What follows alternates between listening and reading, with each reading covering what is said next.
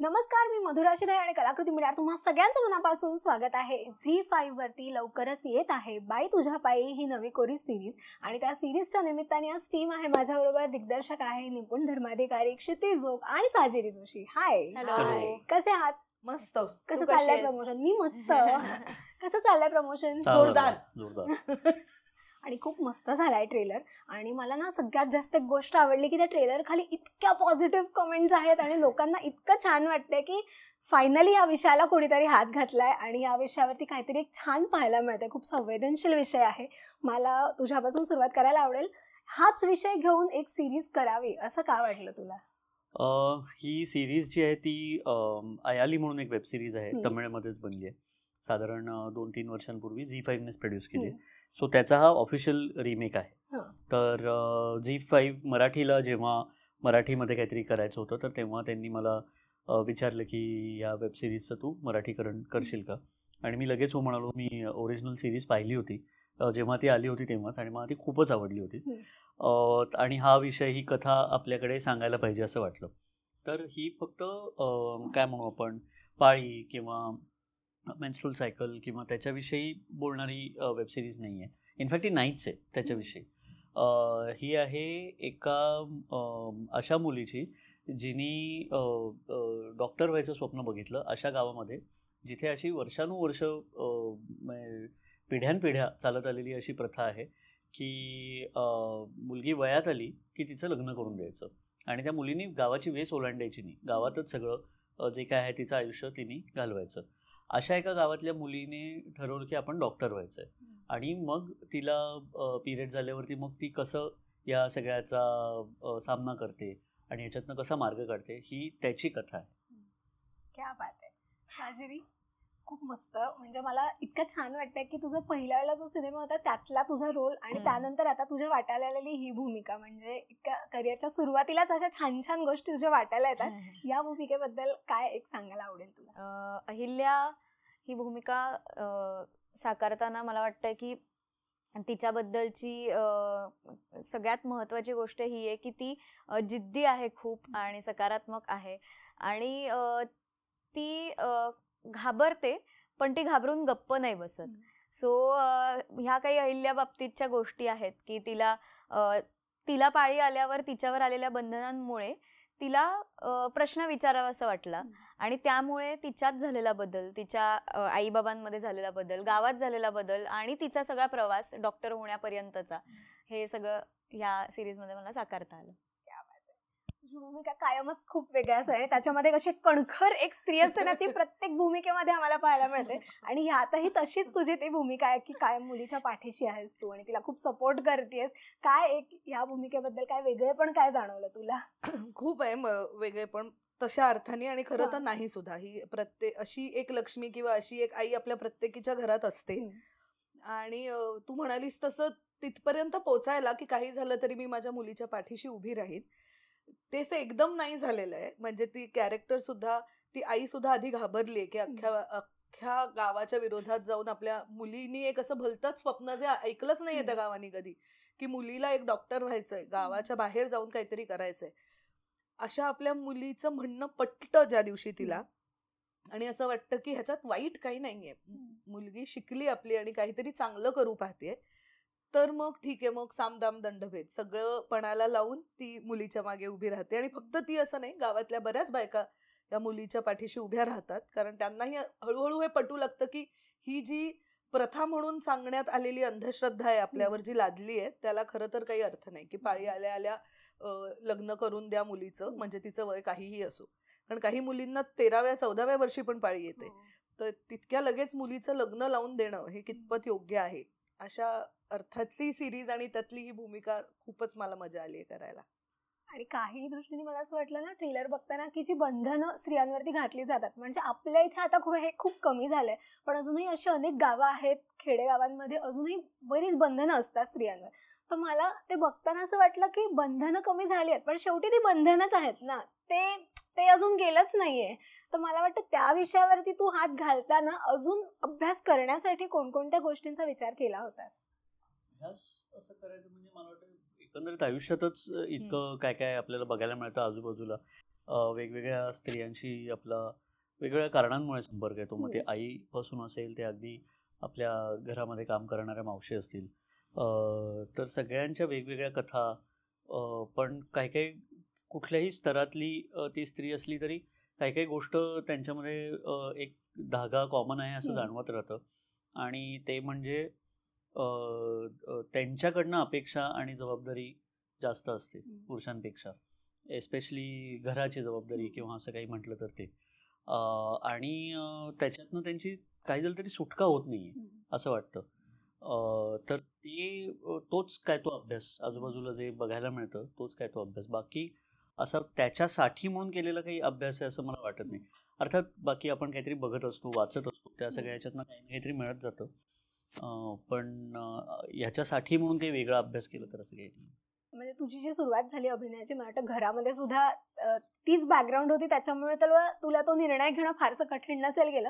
पण तरी सुद्धा ज्यावेळेस एक घरी सांगितलंस तू की मला सुद्धा याच क्षेत्रामध्ये काम करायचंय, आई वडिलांचा त्यावेळेसचा तो सपोर्ट कसा होता तुझ्यासाठी? जसं तू आत्ता सिनेमामध्ये मुलीला सपोर्ट करतेस शिक्षणासाठी, तुला तो सपोर्ट कसा होता तेव्हा? उत्तम होता. कारण तू म्हणालीस तसं या क्षेत्रात माझे आई वडील माझी तिसरी पिढी आहे, त्यामुळे ह्या क्षेत्राची तशी म्हणजे हे काही नाविन्य असं नव्हतं आमच्या घरात. फक्त एवढंच होतं आई वडिलांचं म्हणणं की आता हे जर करायचं ठरवलंय तर ते नीट करायला पाहिजे. हे तुला खरंच येतंय का? कारण हाही एक मुद्दा आहे. म्हणजे शेवटी ते अभ्यास करून चांगलं एक गोष्ट करता येते असं अभिनय किंवा क्रिएटिव्ह क्षेत्रच नसल्यामुळे. पण बाकी सपोर्ट म्हणशील तर माझ्या कुठल्याही गोष्टींना की हे घे किंवा नको, हे काम कर किंवा नको करूस, ह्याचं पूर्ण स्वातंत्र्य मला खूप पूर्वीपासून मिळालेलं आहे माझ्या घरनं. म्हणजे त्यांचे ओपिनियन्स असतात पण ते कधी माझ्यावर लादले गेलेले नाहीत. त्यामुळे तीच एक खूप मोठी, म्हणजे त्यांनी जरी प्रोत्साहन असेल तरी एका बाजूनी जबाबदारी पण आपल्यावर वाढते की आपल्यावर विश्वास ठेवून समोरचा एवढं करतोय तर आपणही त्या विश्वासाला खरं उतरलं पाहिजे. साजिरी, याच्यामध्ये जसं तू जिद्दीने एक गोष्ट ठरवून तीच तुला करायची आहे, खऱ्या आयुष्यामध्ये असं काय एक गोष्ट आत्तापर्यंतची अभिनयातली सोडून सांगायचं, एक अशी गोष्ट आहे जी तू खरंच खूप जिद्दीने ठरवली होतीस आणि ती तू केलीस? केवळ ठरवली आहेस आणि करणार आहेस म्हणजे हा नाही, मी लहानपणी खूप जास्त पुस्तकं वाचायचे, जे आता मध्यंतरी फार कमी झालं. म्हणजे जर मी आठवड्याला 3 पुस्तकं वाचत असेल तर आता आठवड्याला 1च पुस्तक वाचते, असा रेशो झाला होता मध्यंतरी, जो मी खूप स्वतःला की नाही रोज वाचायचंच स्वतःचीच आधीची सवय परत लावणं, पण जी उगाच विरून गेली होती. खरं तर काही असं काही नसतं की आपल्याला वेळ नाहीये किंवा हे, पण ते आपण कारण देत असतो स्वतःला. हे मला लक्षात आल्यावर मी परत एकदा जिद्दीने म्हटलं की नाही, कमी नाही झालं पाहिजे वाचन, उलट वाढलं पाहिजे. सो हे मी ही सवय परत आणली. साजिरी जेनझीच्या ह्याच्यामधली आहे, पुढे पण तिच्याबरोबर काम करत तुम्हाला असं वाटलं काय कोणत्या पॉइंटला की आता आपण खरंच सिनियर झालोय? बापरे, ते म्हणजे साजिरीमुळे नाही, ते ठाई जाणवत. साजिरीमुळे ते कमी वाटतंय. ती वयाने लहान जरी असली तरी एक जेनझीला उगाच मला असं वाटतं की दूषणं दिली गेली आहेत.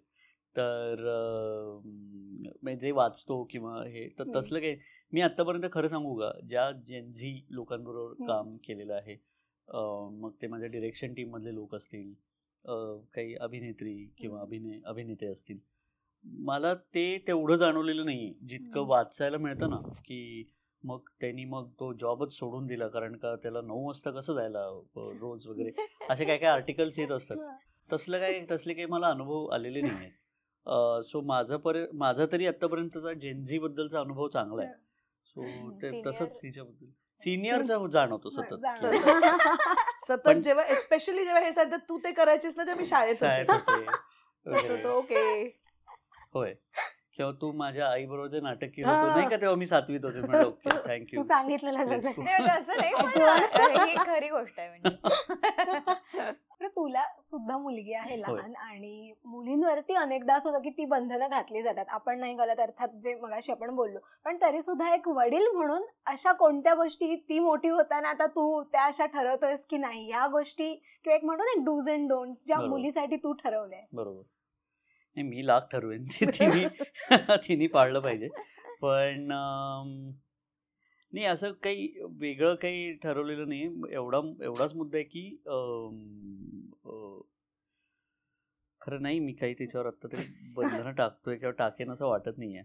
पण तिने फक्त एकंदरीत वावरताना घरी असो किंवा इथे ऐकायला शिकावं, एवढंच माझं म्हणणं. ऐकणं म्हणजे समोरचं जे सांगतोय ते करणं ते नाही, पण काय म्हणतोय ते ऐकणं. आणि फक्त ते बोलण्यातनंच येतं असं नाही. समोरचं जे काय व्यक्ती कम्युनिकेट करतोय ते आपण रीडिंग अ पर्सन जे म्हणतो ते तिने अजून व्यवस्थित करावं असं मला वाटतं. अजून म्हणजे ते तिने पुढे जाऊन व्यवस्थित आता काहीच नाही. अभिनय क्षेत्रामध्ये काम करताना जितका अभिनय किंवा आपण जे प्रॅक्टिकली जितकं काम करतो ते जितकं महत्वाचं असतं, तसंच अनेकदा असं होतं की त्याबाबतचं जे शिक्षण असतं ते सुद्धा तितकंच महत्वाचं असतं. तुम्हाला काय वाटतं? शिक्षण कुठून कुठून मिळतं हे पण अभिनयाचं. म्हणजे आता अभिनय ही एक अशी गोष्ट आहे, मला असं वाटतं की बरोबर आहे, त्याच्या प्रत्येक गोष्टीचा एक सराव वेगळी गोष्ट आहे की तो म्हणजे जे आपण काय म्हणतात त्याला एकांकिका किंवा वर्कशॉप्स करताना जे येतं की हे असं असेल तर भाषा शुद्ध कशी करायची किंवा एखाद्या वेगळा लहेजा पकडायचा तर त्यासाठी काय करायला पाहिजे.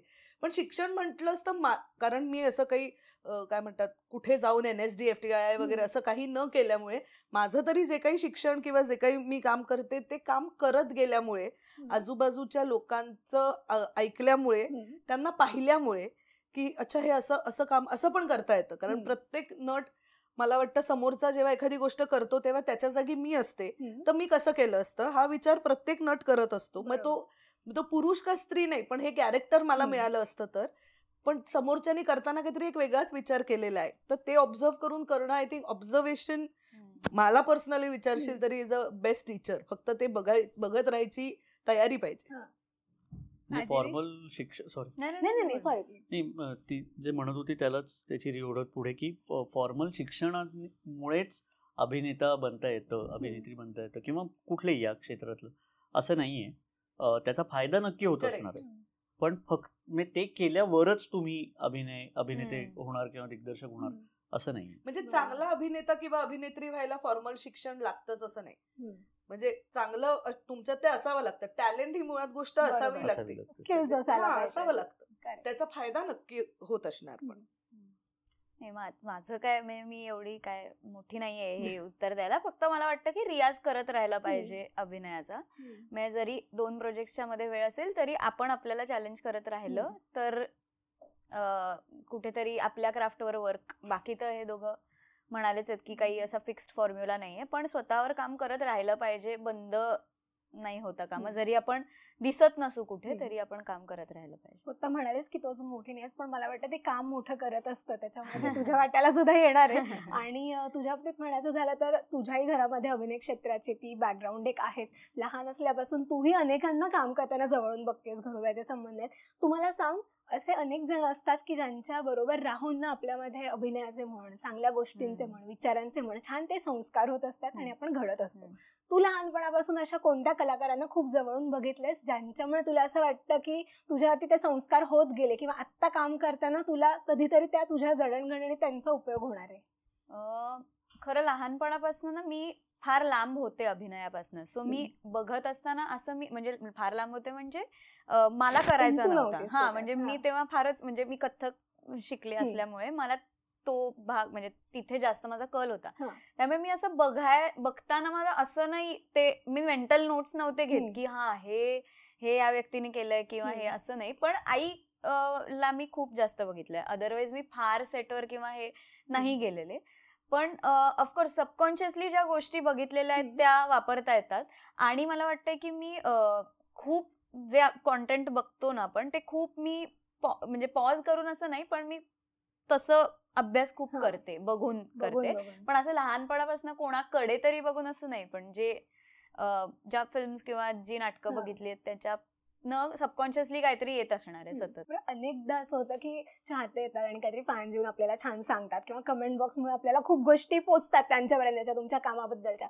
पण एक असतं ना गुरुदेव, जे सेल्फ मोटिवेशन असतं की इतर आपले कितीही कौतुक करत पण आपल्याला ते जे सॅटिस्फॅक्शन मिळतं की येस मी हे केलं आणि मला याचं खूप छान वाटतंय. स्वतःचं शेवटचं कौतुक कधी केलं होतं आठवते? मी बाई तुझ्या पहिलं केलं स्वतःच. कारण मला एकतर असं वाटलं नव्हतं ते स्क्रिप्ट वाचल्यावर, म्हणजे त्या बाबतीत मला वाटतं मी चांगली अभिनेत्री की मी कॉन्फिडन्स खूप दाखवला, पण तो खरं तर माझ्यात नव्हता.